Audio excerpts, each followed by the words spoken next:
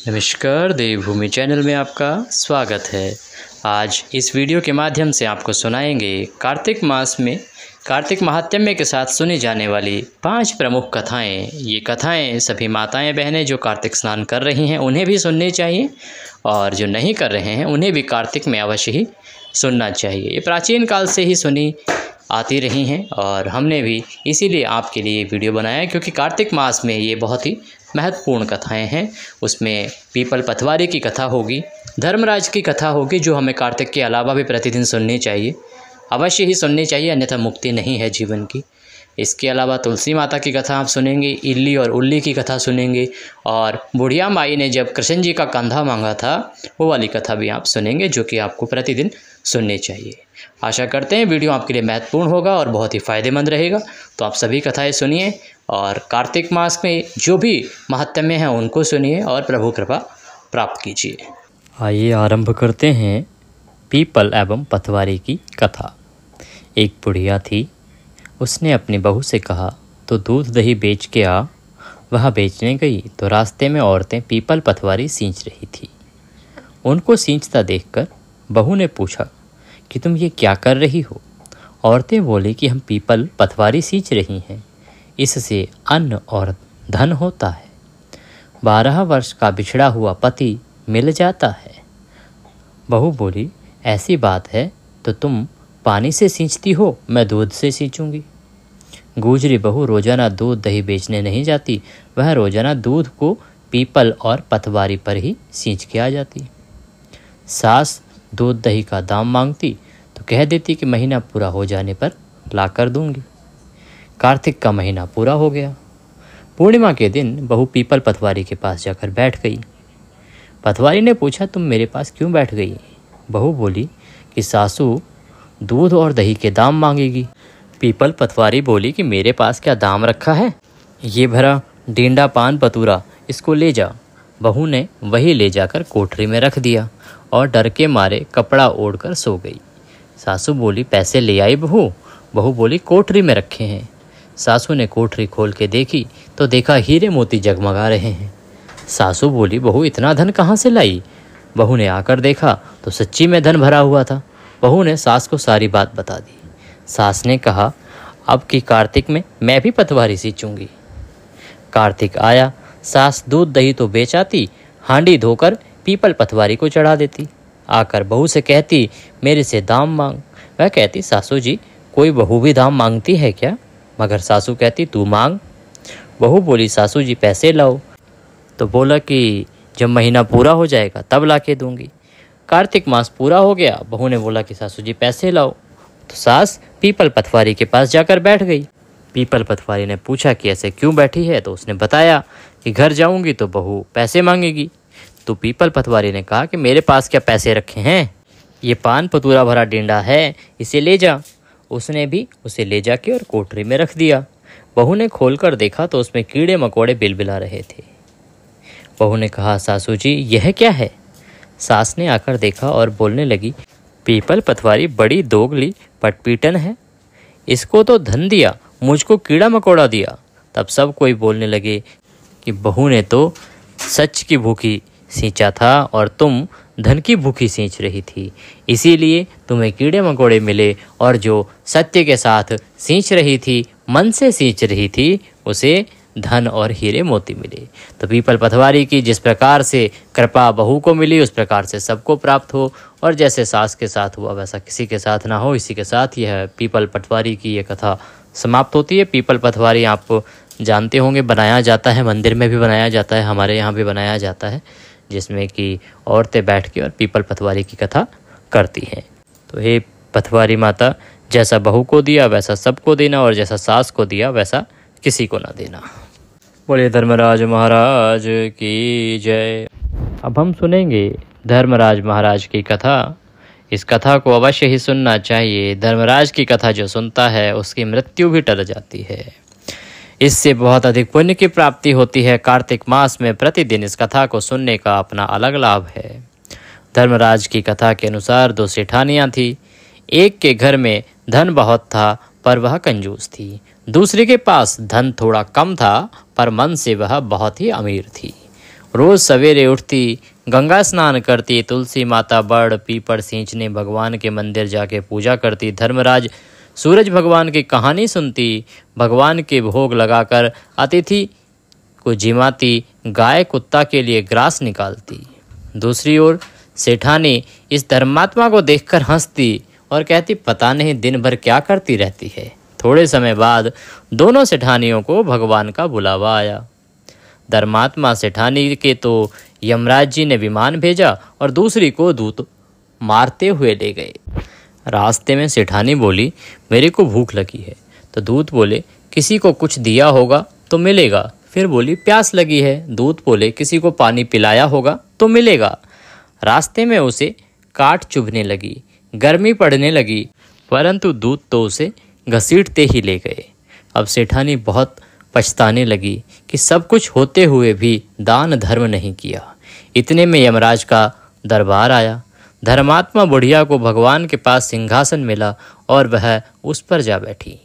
उधर दूसरी सेठानी को तपते कुंड में डाल दिया। अब सेठानी यमराज से बोली, मुझे 1.25 पहर का जीवन दान दो, मैं वापस आकर दंड भोग लूँगी। यमराज बोले, ठीक है। सेठानी के शरीर में वापस प्राण डाल दिए।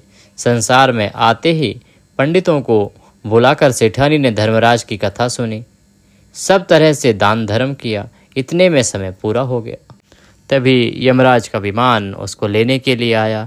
इस बार विमान से सेठानी पहुंची। 1.25 पहर के दान धर्म से सेठानी को स्वर्ग मिला। धर्मराज जी जैसी सेठानी पर कृपा करी वैसी सब पर करना। बोलिए धर्मराज महाराज की जय। अब धर्मराज की एक और कथा हम सुनेंगे, क्योंकि कथाएं धर्मराज जी की कई हैं और ये कथाएं जो पुराणों में लिखी हैं वो तो हम आपको बता रहे हैं और आपको यही कथाएं सुननी चाहिए। अब हम सुनेंगे धर्मराज की एक और कथा। एक गांव में एक बुढ़िया रहती थी। वह बहुत ही व्रत और पूजन करती थी। उसकी आयु पूरी होने पर उसे यमदूत लेने को आए और वह उनके साथ चलने लगी। रास्ते में चलते चलते एक गहरी नदी आई तो यमदूत ने उससे पूछा कि माता, तूने गोदान किया है या नहीं। बुढ़िया ने उसी समय पूरी श्रद्धा से गाय का ध्यान किया तो गाय उसके समक्ष आ गई। फिर बुढ़िया उस गाय की पूंछ पकड़कर नदी आसानी से पार कर गई। कुछ देर बाद उसके रास्ते में काले कुत्ते आ गए। तब यमदूत ने कहा कि कुत्तों को खाना दिया था या नहीं।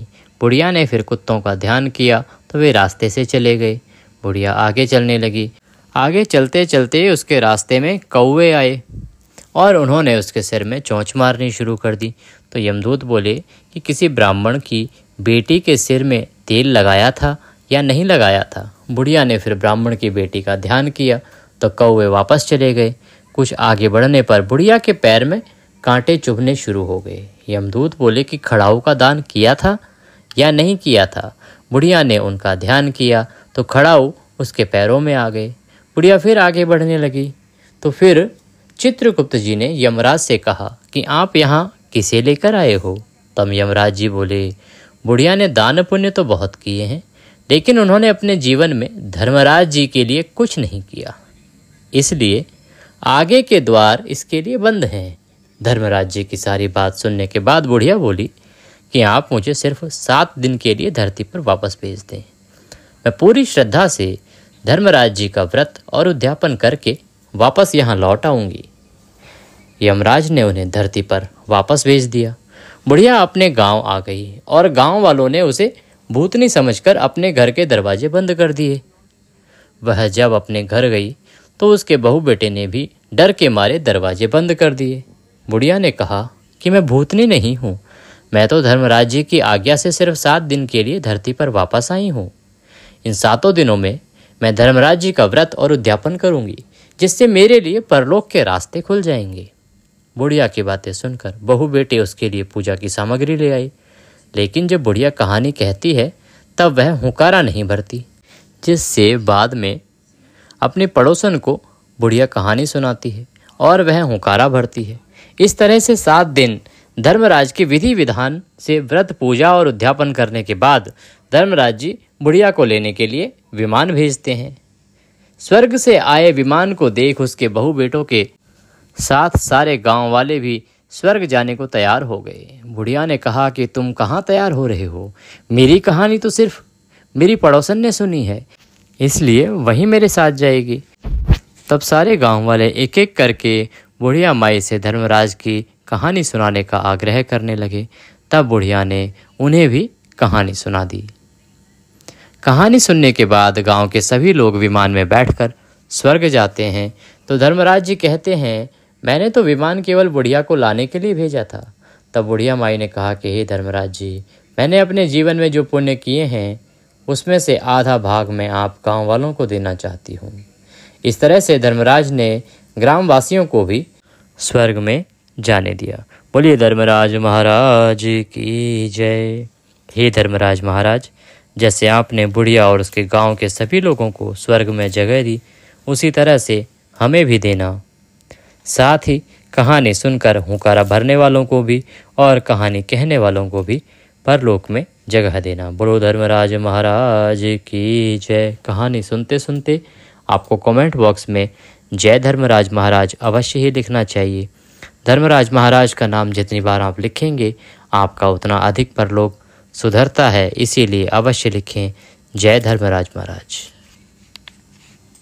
बोलिए तुलसी मात की जय। अब हम सुनेंगे कार्तिक मास में सुनी जाने वाली तुलसी माता की कहानी, जो कि बुढ़िया माई की कहानी है। इसे अवश्य ही प्रतिदिन कार्तिक मास में हमें सुनना चाहिए। कार्तिक के महीने में एक बुढ़िया माई तुलसी जी को सींचती और कहती, हे तुलसी माता, सत की दाता, तेरा बिड़ला सींचती हूँ। मुझे बहू दे, पीतम्बर की धोती दे, मीठा मीठा घास दे, वैकुंठ में वास दे, चटक की चाल दे, पटक की मौत दे, चंदन का काठ दे, रानी सा राज दे, दाल भात का भोजन दे, ग्यारस की मौत दे और कृष्ण जी का कांधा दे। तब तुलसी माता यह सुनकर सूखने लगी। तो भगवान कृष्ण ने पूछा, हे तुलसी, तुम क्यों सूख रही हो? तुलसी माता ने कहा कि एक बुढ़िया मुझे रोज सींचती है और कहती है कि सत की दाता, मैं तेरा बिड़ला सींचती हूँ। मुझे बहू दे, पीतम्बर की धोती दे, मीठा मीठा घास दे, वैकुंठ में वास दे, चटक की चाल दे, पटक की मौत दे, चंदन का काठ दे, रानी सा राज दे, दाल भात का भोजन दे, ग्यारस की मौत दे और कृष्ण जी का कंधा दे। मैं सब कुछ उसे दे सकती हूँ, परंतु प्रभु मैं ये कृष्ण जी का कंधा उसे कैसे दूंगी? तो भगवान बोले, जब वो मरेगी तो मैं अपने आप कंधा दे आऊँगा, तो बुढ़िया माई से कह देना। जब बुढ़िया माई मर गई, सब लोग आ गए, तब माई को ले जाने लगे तो वह किसी से ना उठी। तब भगवान एक 12 वर्ष के बालक का रूप धारण करके आए। बालक ने कहा, मैं कान में एक बात कहूँगा तो बुढ़िया माई उठ जाएगी। तो बालक रूपी भगवान कृष्ण ने कहा, बुढ़िया माई, मन की निकाल ले, पीतम्बर की धोती ले, मीठा मीठा घास ले, वैकुंठ का वास ले, चटक की चाल ले, पटक की मौत ले, कृष्ण जी का कंधा ले। यह सुनकर बुढ़िया माई हल्की हो गई। भगवान ने कंधा दिया और बुढ़िया माई को मुक्ति मिल गई। हे तुलसी माता, जैसे बुढ़िया माई को मुक्ति दी वैसे सबको देना। बोलो तुलसी मैया की जय। अब हम सुनते हैं इल्ली और घुन की कथा। ये भी कार्तिक मास में प्रतिदिन सुनी जाने वाली कथाओं में से एक है। आपने पीपल पथवारी को सींचा है तो उनकी कथा सुने, तुलसी माता को सींच रही हैं तो उसकी कथा सुने। इसके अलावा धर्मराज की कथा हमें प्रतिदिन अवश्य ही सुननी चाहिए, और इल्ली और घुन की जो कथा है इसे भी कार्तिक में हमें अवश्य ही सुनना चाहिए। आइए कथा आरंभ करते हैं। एक इल्ली और घुन था। इल्ली बोली, आओ घुन कार्तिक स्नान करें। घुन बोला, तू ही कार्तिक स्नान कर ले, मैं तो नहीं करूँगा। बाद में इल्ली तो राजा की लड़की के पल्ले में लगकर कार्तिक स्नान करती। घुन ने कार्तिक स्नान नहीं किया। दोनों एक समय के बाद मृत्यु को प्राप्त हुए। बाद में इल्ली के कार्तिक स्नान के पुण्य के कारण राजा के घर में जन्म हुआ और घुन राजा के घर गधा बन गया। राजा ने बेटी का विवाह किया। बेटी ससुराल जाने लगी तो उसने अपनी पालकी रुकवाई और राजा से कहा, यह गधा मुझे चाहिए। तब राजा ने कहा, यह मत ले, चाहे और धन दौलत ले ले। पर वह इल्ली जो राजा की बेटी के रूप में पैदा हुई थी, वह लड़की नहीं मानी और बोली, नहीं पिताजी, मुझे तो यही चाहिए। गधे को रथ के बांध दिया गया तो गधा दौड़ने लगा। महल में पहुंचने पर गधे को महल के नीचे बांध दिया। जब लड़की नीचे उतरती तो गधा कहता मुझे पानी पिला दे। तब लड़की ने कहा मैंने पहले ही कहा था कार्तिक स्नान कर ले, पर तूने कहा था मैं तो बाजरा खाऊंगा और ठंडा ठंडा पानी पीऊंगा। उनको बातें करते राजा ने सुन लिया। जब राजा ने कहा कि आप मुझे सारी बात बताओ, आप ये क्या बात कर रही हो, तब रानी जो लड़की थी ने राजा को सारी बात बताई कि मैं पिछले जन्म में इल्ली थी और ये घुन था। तब मैंने कहा तू भी कार्तिक नहा ले, पर वह नहीं नहाया। मैं कार्तिक स्नान के पुण्य से राजा के घर लड़की पैदा हुई और आपके घर में राजपाट कर रही हूँ। तब राजा ने कहा कि कार्तिक स्नान का इतना पुण्य है तो हम दोनों जोड़े से नहाएंगे। रानी राजा ने अत्यंत प्रसन्न मन से कार्तिक स्नान कर दोनों ने दान पुण्य किया और सारी नगरी में कहलवा दिया कि सब कार्तिक स्नान कर नहाया हुआ पानी घुन पे डालेंगे, जिससे कि घुन को भी मोक्ष प्राप्त हो। इस प्रकार से पानी डालने से घुन को भी मोक्ष प्राप्त हुआ। हे कार्तिक भगवान, श्री हरि विष्णु जैसा सुख इल्ली को दिया वैसा सबको देना। कहते को सुनते को हुंकारा भरते को, बोलो विष्णु भगवान की जय। इनके अलावा जाट और भाट की कहानी भी सुनी जाती है और गंगा जमुना की कहानी भी सुनी जाती है, जिनको हमने अलग वीडियो में रिकॉर्ड करके अपलोड किया है। कृपया आप उनको देखना और सुनना भी ना भूलें। इन कथाओं को प्रतिदिन आपको कार्तिक महात्म्य के साथ सुनना चाहिए। हमारी तरफ से प्रतिदिन लाइव कार्तिक महात्म्य भी सुनाया जा रहा है और वीडियो भी कार्तिक महात्म्य का अपलोड किया जा रहा है। तो आप कार्तिक महात्म्य का कम से कम एक अध्याय प्रतिदिन सुने और उसका लाभ लें। साथ ही इन कथाओं को सुने और भगवत कृपा प्राप्त करें, क्योंकि कार्तिक का महीना बार बार नहीं मिलता। कमेंट बॉक्स में लिखें जय धर्मराज, जय श्री हरि विष्णु। भगवान सबका कल्याण करें।